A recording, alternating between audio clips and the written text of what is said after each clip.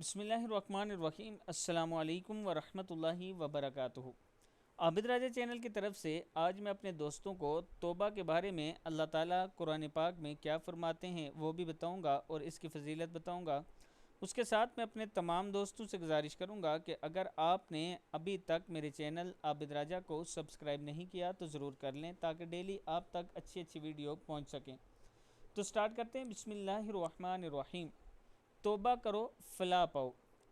वतूबू इलल्लाहि जमीअन अय्युहल मुमिनूना लअल्लकुम तुफ्लिहून। ए मोमिनो, तुम सब मिलकर अल्लाह की तरफ तौबा करो ताकि तुम फलाह पा जाओ। सूरह नूर है। अस्तगफिरुल्लाहल्लज़ी ला इलाहा इल्ला हुवल हय्युल क़य्यूम व अतूबु इलैहि। मैं इस अल्लाह से माफ़ी मांगता हूँ जिसके सिवा कोई माबूद बरहक नहीं, वो ज़िंदा और कायनात का निगरान है और मैं इसी के हुजूर तौबा करता हूँ। किताब का हवाला नीचे मौजूद है, आप दोस्त देख सकते हैं।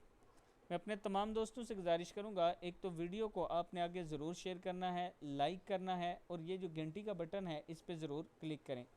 अस्सलामु अलैकुम वरहमतुल्लाहि वबरकातुहू।